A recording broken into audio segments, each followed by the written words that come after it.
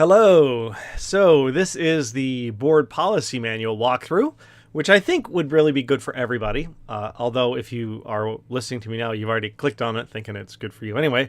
So don't worry about that. Anyway, so here we go. Ready? Woo! Board policy manual. Oh, let me get to that window on my computer. And so this is the board policy manual for Journey of Life. And to start, okay, so the board policy manual governs, it is the collective brain of the board. It lists what the identity and plan of the church is. It lists how the board relates to itself. It relates how the board relates to the congregation. It lists how the board relates to the pastor. In terms of goals and accountability and everything else. And so really this document is the collective brain of the board. So if it's not written in this document, then it isn't officially a board decision and it's not binding on anybody or anything like that. So the board policy manual is divided into 4 sections. The first section is the strategic identity. It includes the strategic plan, which is the mission, vision, values, and critical targets. It includes the board's responsibility to their members, the serve people, and how we want to be. The cost of outcomes just means we want to be efficient in whatever we do. The second section is on board self-governance. It's how the board relates to each other in terms of honesty and openness and accepting responsibility, and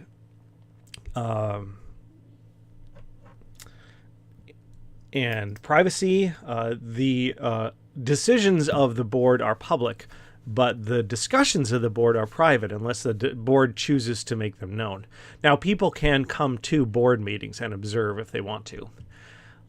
So board self-governance is how the board relates to itself.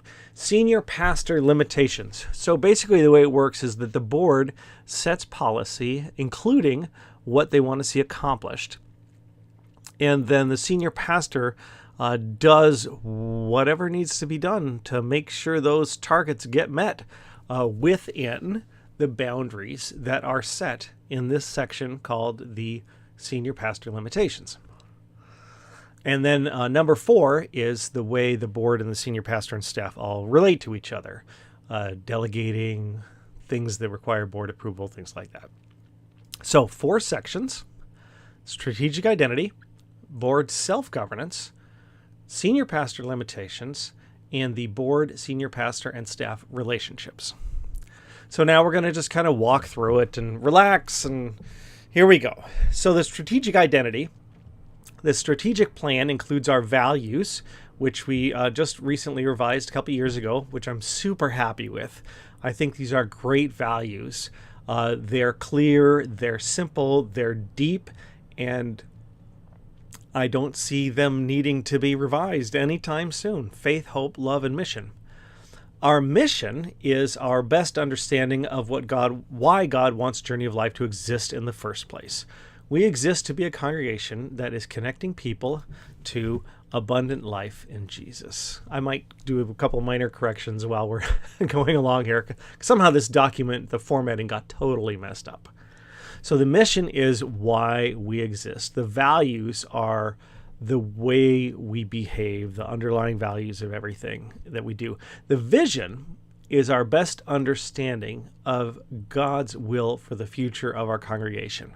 And this, I think, is open for revision. Doesn't have to be this meeting, probably won't be. But I think we should be thinking about this because this vision, to me, is too complex to be compelling.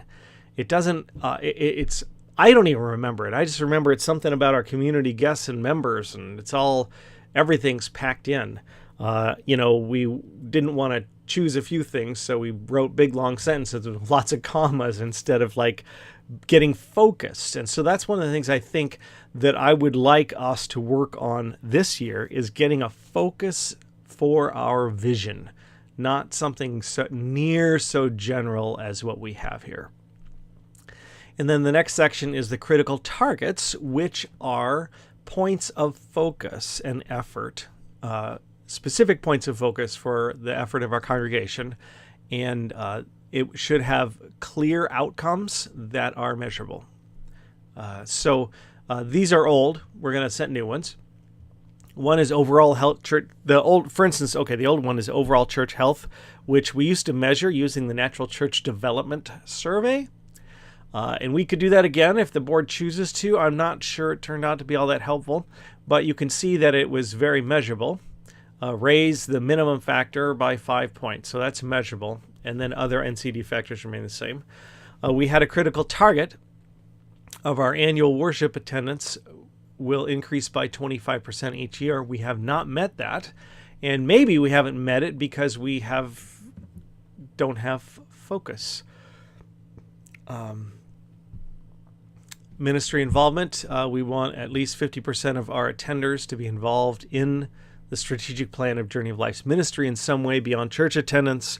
That's still, I think, a good goal, but that doesn't have to be a critical target right now. Maybe we're diluting our focus by having too many critical targets. Most of the people are involved, and as a pastor, I just look to involve people anyways because that's good for them spiritually. So my opinion would be that what we really need to do is have one critical target. We want to see our worship attendance grow and get everything else off of here, so we don't have a way to say, well, we did this even if we didn't do this. I mean, we could talk about this more. Oh, I just remembered. This is supposed to be a generic video. Oh, well, whatever. Anyway, so focus, generically speaking, whenever you're watching this, I think that one of the problems is we diluted our focus by having too many critical targets for our little congregation. So there. The responsibility to the member stewards, the main responsibility of the board of directors is to the member stewards of the congregation. That means the people who are invested in the congregation. You kind of just know, there's not an official list. These are people who care about and invest time, talent, and treasure in the congregation, and that's who the board is responsible to. Your fiduciary duty is to the congregation, specifically those member steward people, the people who are there. So if you don't hold me accountable, at least hold my feet to the fire or expect me to have answers and that kind of thing, then you're not being faithful to all these other member stewards who are entrusting to you the effort of their lives. They're coming to church, they're setting up, they're giving, all that stuff. They're entrusting that to the board, really, to be utilizing all their effort and their giving and everything, time, talent, and treasure, to further the mission of the congregation. And so that's the board's real responsibility, is to be that group that holds me accountable, actually. So I have responsibility myself, too. So the board recognizes that no individual or group is the owner of the congregation. They go out, so they got two things. The board should be listening to the member stewards, and there's a variety of ways to do that, but that we should have some way in place to be sure the board is actually getting real feedback from all the other people who are invested in the congregation. And the board should be reporting to the member stewards on the progress toward the strategic plan.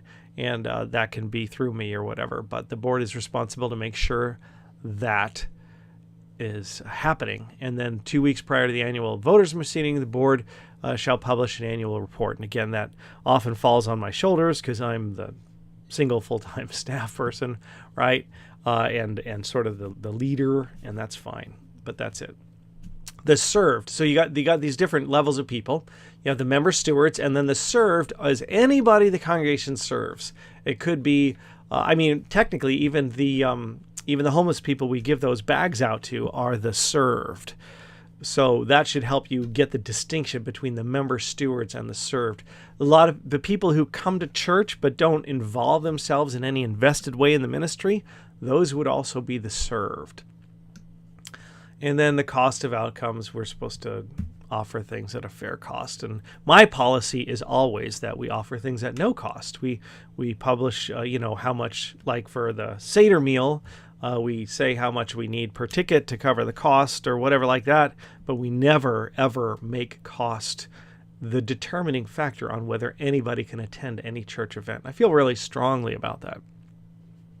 So that's section 1, strategic identity. So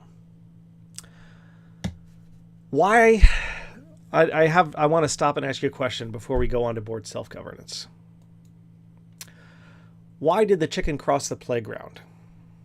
To get to the other slide. Thank you.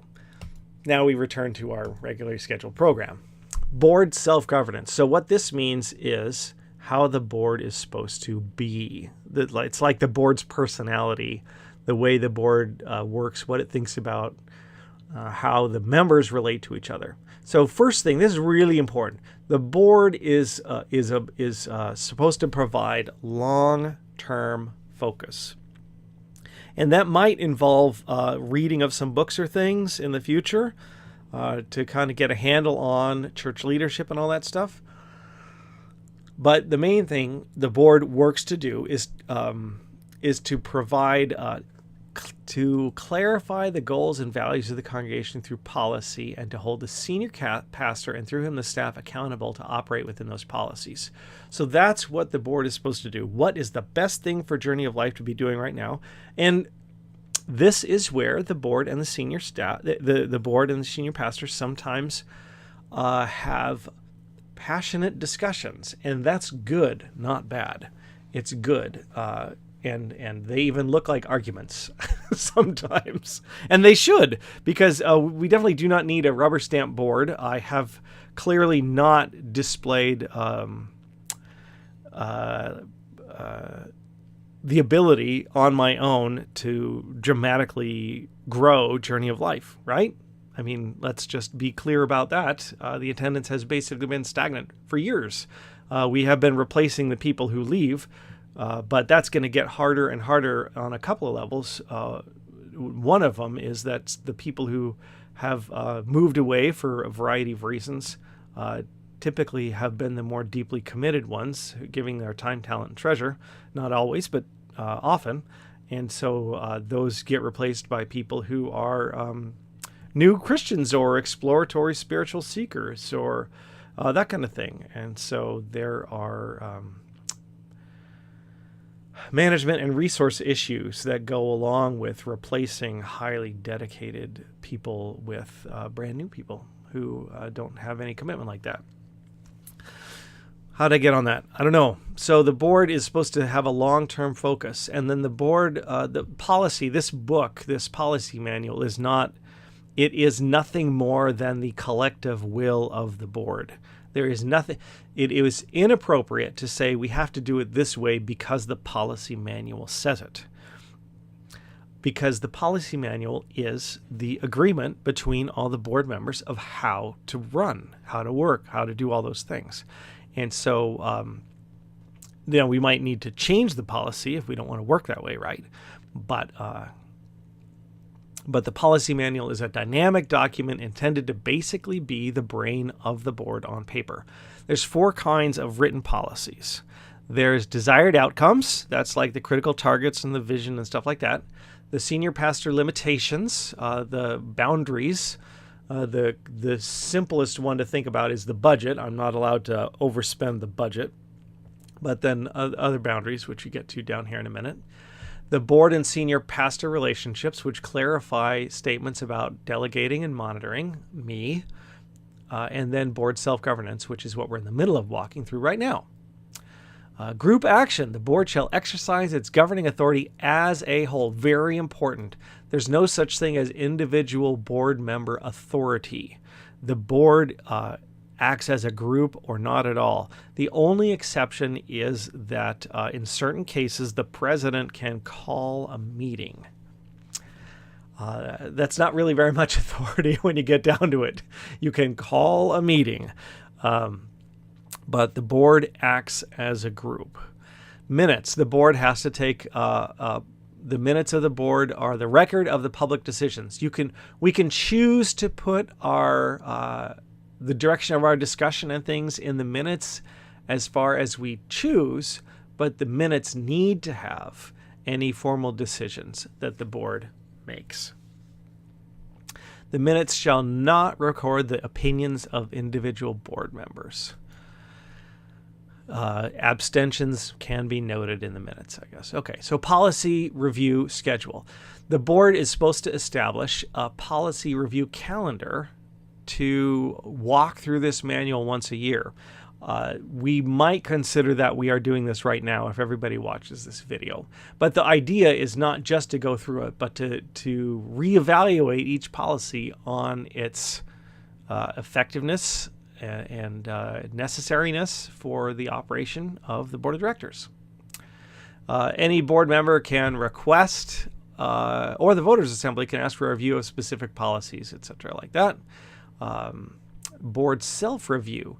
In order to discipline itself and its efforts, the board will conduct an annual self-review. The board is supposed to discuss these kinds of things: whether or not we're communicating openly and honestly among each other, whether or not the board and the senior pastor have open communication back and forth. Are we telling each other the truth, the full truth, or are we coloring things and putting frosting on stuff? The board's ability and skill in developing and monitoring policy, and whether or not the board is, and again, the board adhering to policy, basically that's doing what the board says it's going to do in the policy manual. Because if the board's not going to do it, it should be taken out of the policy manual, because the policy manual is this living document that is basically the mind of the board. So either do it or take it out. The committees of the board. The board can establish different committees for different things insofar as they want to, and you can read through what goes on with that. There is a standing executive committee in here that sometimes meets on different years. We've had the executive committee meet with me in the off months between the board of directors meetings for purposes of monitoring and things like that. The board agenda structure. The board has to have a basic structure for its agenda, and we are following that structure. And the board, that's supposed to work in tandem with the policy review thing and all that stuff. And here, this is just a little protocol, only members of the board, its officers, and presenters shall be seated at the board table. Observers can come and watch, but they don't get to sit at the table. At least twice a year, we have to have time for board education. And I am going to plan on somehow working that out. I know some people are readers and some people choose to get their continuing ed in different ways. So I want to honor each person's learning style. All board meetings shall follow this basic agenda: board education, monitoring reports, policy review and revision, reception and termination of new members. And you can see we're following that right now. Responsibilities. What are the responsibilities of a director? And here we go. To become familiar with this policy manual, which you are in fact doing right now. Good job. Pat yourself on the back. Work to expand your leadership abilities and increase your understanding of the mission and ministry of our congregation, to be prepared for board meetings, to actively participate in board meetings.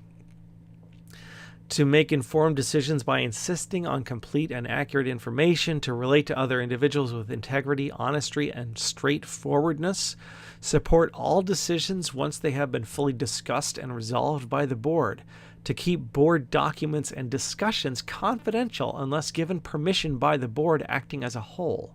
However, the board manual, board-approved minutes, audited financial statements do not require permission to share as long as any board discussion information remains confidential.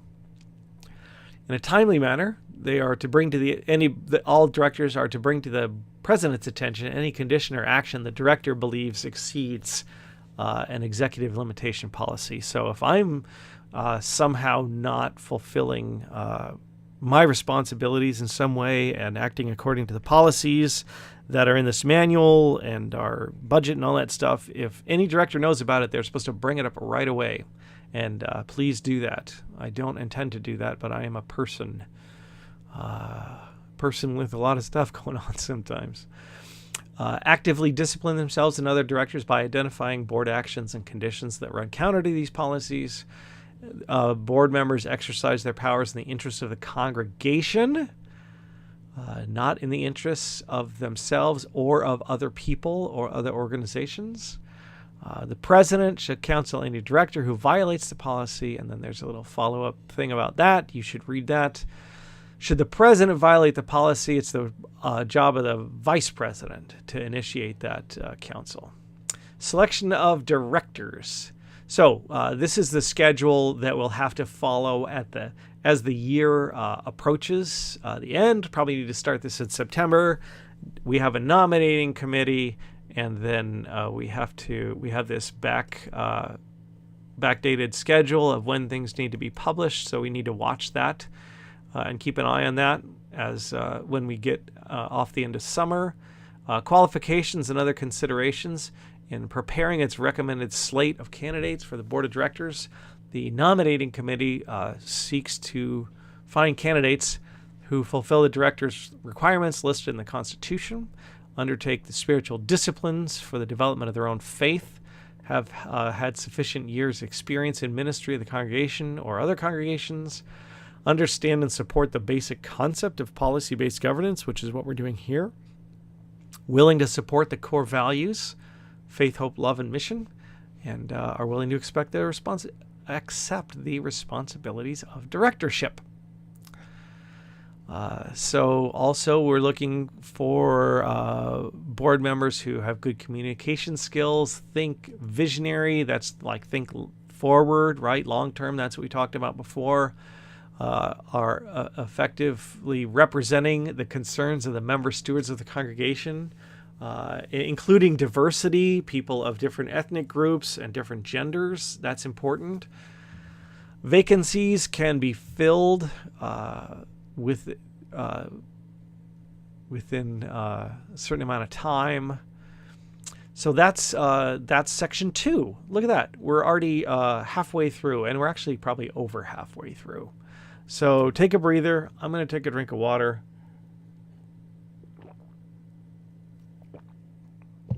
And I need to tell you something else.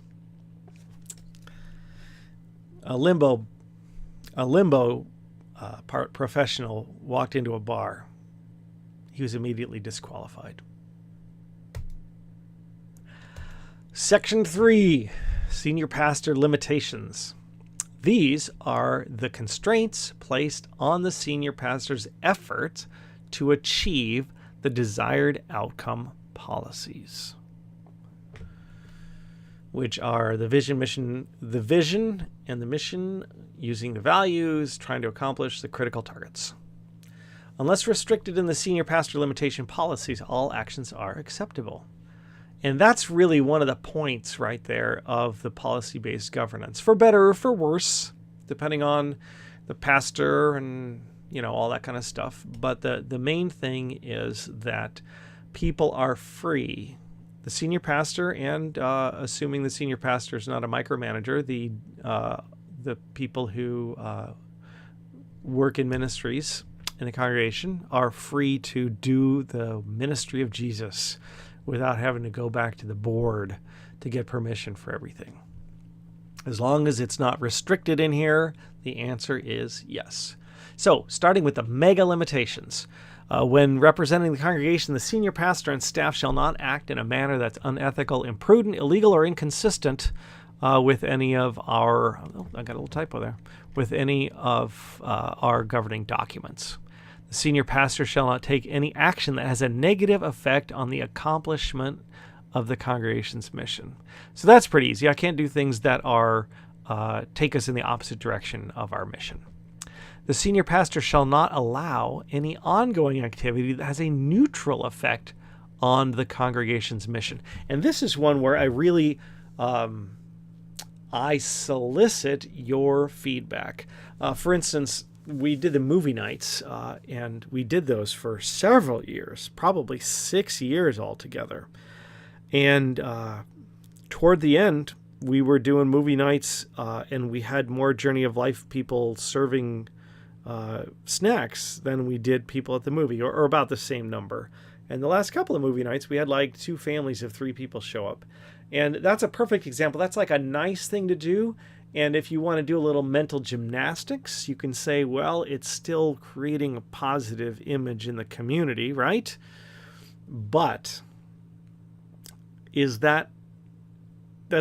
certainly not a negative effect, but is that neutral? And that's why we stopped doing the movie nights, because I think that they were neutral on the accomplishment of our mission. And I would say we should have stopped them probably 2 years earlier, really. Now, that doesn't mean we can't have an occasional movie night and make it a big event. I think a spring movie night is a good idea, actually. But make it a big event, like one spring and one fall, instead of the monthly thing. Because, well, it doesn't matter, because the net effect is that it wasn't doing anything for our mission. So we need to stop. Communication and support to the board. The senior pastor shall not permit the board to be uninformed or unsupported in its work. Right. So the senior pastor shall not allow the board to remain unaware of relevant trends, anticipated adverse media coverage, hiring, promotion, firing, etc., of people that report to me, lawsuits, death or serious illness of staff, changes. This is probably the shorthand for everything. Changes in the assumptions on which any board policy has been based, or crisis affecting the health, wealth, or safety of staff. And I've lived through a few of those in the past, 3 years has been a lot of crises. So, planning. The senior pastor shall not allow the development of an operational plan that fails to consider the strategic plan. And that is something I need to work on, the operational plan, other than just keep on worshiping. That's not quite an operational plan. The senior pastor shall not allow the staff to begin a new fiscal year without previewing and updating its operational plan. So, we have more operational plan than that. We have, we have promotional plans for Christmas and Easter, and then we're going to do the visitor, the new move-in cards and things like that. But that's something probably we need to talk about more.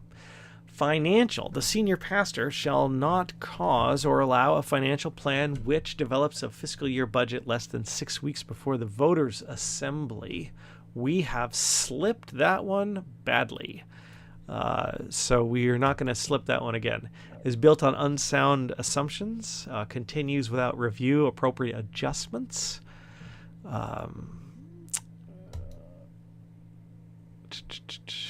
Right. Anytime one or more of the assumptions of financial conditions under which it was constructed changes by 10% or more on a prorated basis for a 2-month time period. Yeah, we probably we'll probably hit that clause with our income versus expenses. So allows an unsound financial condition which jeopardizes the achievement of the board's outcome policies. The senior pastor in reporting financial activities and positions shall not allow deviation from generally accepted principles established in the Financial Accounting Standards Board, and blah, blah, blah. The senior pastor shall not allow the congregation to operate without an effective established written investment policy. Yeah, the investment policy is we don't hold investments. We have an account, and we can receive stocks, etc., as gifts, but we don't hold on to them or manage them. We liquidate them right when we get them. So that's our investment policy. The senior pastor shall not allow the investment of any financial assets to be. Senior pastor shall not borrow funds for working capital in an amount greater than $5,000. No worries there. We do use our MasterCard during the month to pay our rent and things like that. But we're not really borrowing to make ends meet at this point. Anyway, we're just using that, and we end up getting points, and we can, like I bought the replacement microphone using MasterCard points instead of having to pay money. So that all works out pretty good. Gifts, bequests, and gift planning. The senior pastor shall not fail to develop a plan to promote and receive gifts and bequests. I've done that before, but I haven't done it in a while. Probably need to make that a quarterly scheduled thing. Senior pastor shall not permit the congregation to accept gifts and bequests that run counter to the congregation's values and policies that have a neutral or negative effect. So if someone's going to designate their gift to something that doesn't align with our policies and our vision and mission and values, then we don't accept the gift. Senior pastor shall not allow the congregation to accept gifts and bequests that are too restrictive. The senior pastor shall not allow the congregation to operate without effective established planned giving guidelines. The senior pastor shall not allow the use of any planned giving receipts that deviates from the written planned giving guidelines. Succession. The senior pastor shall not operate without a written plan of succession. I actually need to work on that one again. We had an emergency service. I mean, I would say that's the biggest piece of succession, is to make sure worship happens if I get ill or whatever.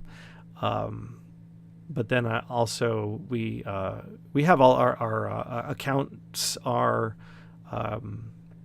the passwords are available and things like that. It probably need to be more systematized. But the idea is that the church could continue if I died, right? I mean, if I got in a car accident, that's one way. But also, if there was ever a plan for me to leave, there is not right now. I don't have a plan to leave. I'm going to get Journey of Life going. Treatment of staff. The senior pastor shall not allow the congregation to operate without effective established personnel policies. Personnel policies shall not deviate from approved standards, all these things. We have a policy personnel manual, which I'll be glad to show you. Job descriptions, we have those, although I'm refining them because I want them to be more vision and ministry based. In fact, if you're a greeter, you will have, and you will notice you're getting a different kind of an email reminder with a reminder of how important, for instance, the greeter position is and what a great function that plays in welcoming people. So anyway, we have job descriptions. They probably need to be reviewed again this year. Staff evaluations, I do those. The senior pastor shall not fail to inform the staff of let's do that. The staff of the process being used to make decisions, except to maintain the personal privacy of those served. Okay, yeah. Compensation. The senior pastor shall not operate without a documented compensation plan that establishes ranges for compensation for various staff positions. The senior pastor shall not allow compensation that doesn't fall within the ranges. The senior pastor shall not allow increases beyond the cost of living to be based on anything other than merit, as justified in the performance review and by available resources. So in case you weren't at the annual meeting, the only two paid positions we have are, our children's ministry position, which is vacant right now. We pay $100 a week to plan and execute our Sunday morning children's ministry. And then my salary is basically set. I set it by a district salary table. And they have a salary table they publish as the minimum salaries for pastors, the minimum suggested salaries, I should say, because they don't actually have authority. So I just do that and use that. The senior pastor shall not allow the congregation to operate without a detailed written operational crisis management plan. We have one of those, but unless people know what it is, it's not going to be available in a crisis. So I got to figure out how to get that in people's hands, and have it in a way that is simple enough for people to follow. All right. That's section 3. We're on the last section now. And we've been at this for half an hour. So if you're still with me, thank you very much. And I actually can't think of another joke. So we're moving right along. The board, senior pastor, staff relations, manner of delegating. Except for assignments of its own work to committees, etc., the board shall delegate authority only to the senior pastor. So that's the way this is supposed to work, is the board delegates to the senior pastor, and the senior pastor then works within the congregation to bring about the movement of the critical targets, which moves us toward our vision. Members of the board shall be prudent in their contact with staff, blah, blah, blah. Don't need to worry about that right now. since I'm the only staff.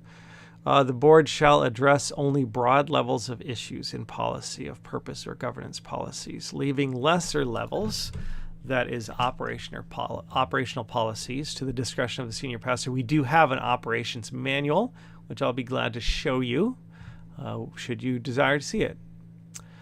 The authority of the senior pastor begins where the explicit pronouncements of the board end.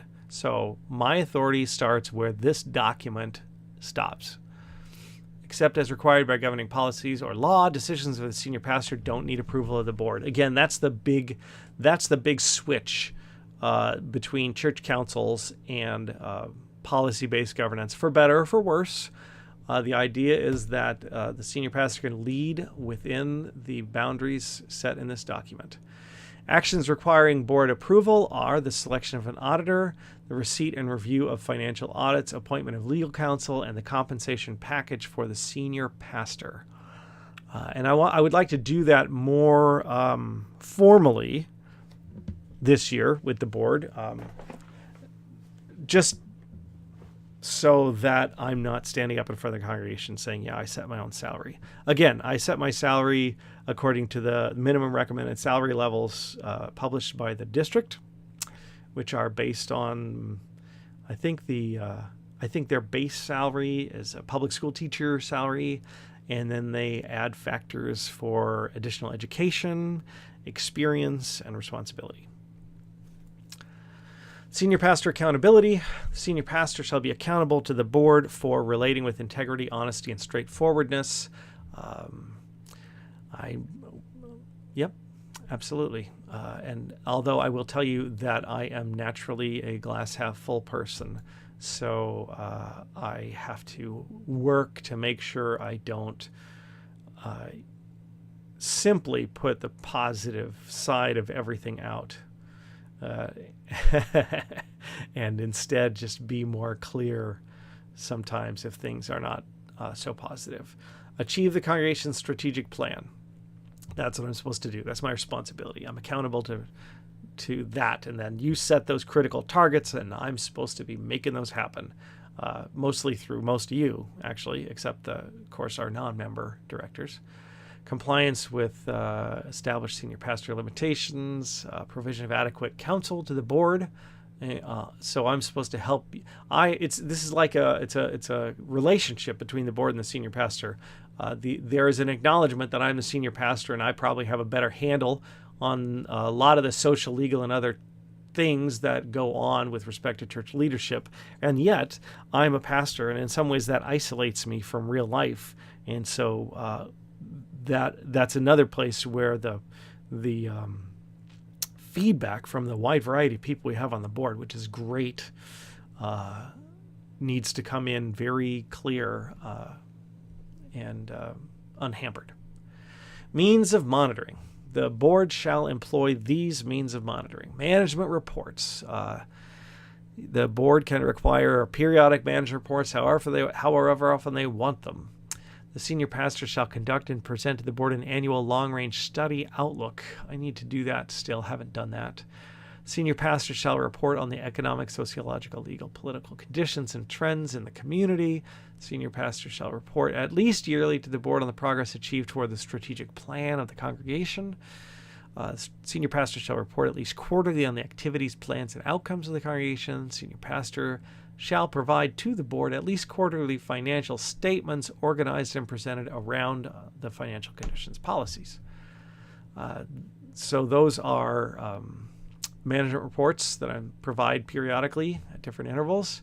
Direct monitoring. These are the actions used to confirm compliance with the board's policies in all four policy areas. The senior pastor shall provide to the board current financial plans and operational policies as they're developed, provide to the board the current personnel policies, provide to the board the congregational structures as they are developed, provide to the board summaries of programs and services that are developed, annually review that crisis management plan, which I need to do, and there needs to be an annual review of me. The senior pastor's annual review will be conducted by December 31st of each year. So that hasn't happened, actually, I don't think. I'm trying to recall. But yeah, I need a review. And, I've done some things well and some things have not been accomplished. And that all needs to be reviewed. And that's how we're all going to, the Bible says in Proverbs, iron sharpens iron. But the process of sharpening is sort of gritty and sparky, and little filings come flying off and heat gets generated. But that's part of that annual review, is kind of an iron sharpening iron kind of thing. And it's a necessary piece of good leadership.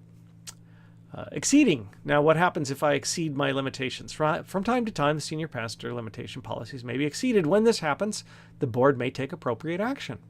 I said may. Will take appropriate action. The senior pastor is to take initiative and responsibility to monitor, inform, correct, and develop preventative systems for exceeding limitations. So you guys are responsible for making sure I don't exceed my limitations, but I'm responsible for making sure you know when I do. Basically, that's it. Senior pastors give immediate notice to the president if I have exceeded a senior pastor limitation. If it's been an extended period of time and it's gone unnoticed, then I have to develop a better monitoring system for when I'm exceeding those limitations. If it's correctable, then I'm just supposed to correct it. If it's not immediately correctable, then I have to implement corrective actions, reporting, and gain approval of that deadline for correcting that senior pastor limitation. So you can see this is all kind of fluid. It's not meant to be legalistic. It's meant to provide accountable leadership for the congregation. It's not a gotcha thing. It's like, well, here's what we need to do, and then you're not doing it, so you need to figure out how to do it and make sure you tell us how you're doing it. And if it takes a little time to get that together, then fine. It's accountability without legalism. That's what it's supposed to be. And half the time, accountability is just asking difficult questions and waiting for me in silence until I give you a straight answer. If there's something that's difficult, right? So, but anyway, let's see. Senior pastor shall continue to report in a timely fashion the actions taken until that exceeded senior pastor limitation is corrected. Senior pastor shall give immediate notice that a deadline will be missed.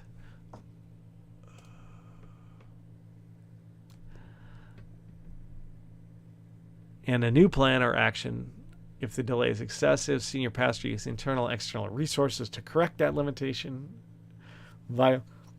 Violation, the board shall review any senior pastor limitation policy that's been exceeded for soundness as a test of ethical and prudent behavior. The board shall not allow, this is an important little piece right here. The board shall not allow one-time exceptions to policies. If an action is acceptable under certain conditions, those conditions should be spelled out in the policy. So in other words, it's not legitimate for the board to say, just ignore policy 3.5.2. Don't worry about it just this time. If there's a condition under which I don't have to worry about policy 3.5.2, that condition should be spelled out ahead of time instead of just saying, oh, we like the pastor, don't worry about it. Because liking me is not going to get our congregation growing. The senior pastor shall not develop or improve processes to avoid recurrence of exceeded pastor limitations. The board shall respond to every notice of exceeding senior pastor limitations. And that, my friends, you have made it to the end. And I would like to congratulate you because we have been at this for, where's my timer? 42 minutes and 57 seconds. And let me tell you something. 42 minutes and 57 seconds sitting with a cup of coffee or a glass of wine or beer or a cup of tea or whatever it is you like, watching this at home in your jammies is a lot better than 42 minutes sitting in a board meeting, wasting the time of our collective creative energy and the spirit of gathering together. Jesus said where two or more are gathered, he's there with them. And we know he's everywhere, but he also says he's like there kind of in a special way when people gather in his name. So we don't want to waste that time on this stuff. This stuff is much better gone through on your own ahead of time. Email me with questions, concerns, comments, anything. Call me. My cell phone number, 407 923-7251. Text me. Send smoke signals. I'll see if I'll glance at the sky every once in a while. Whatever it takes. But I want to get as much understanding of this document before Saturday as I can so that we don't have to use any time going through it. Okay? That's my goal.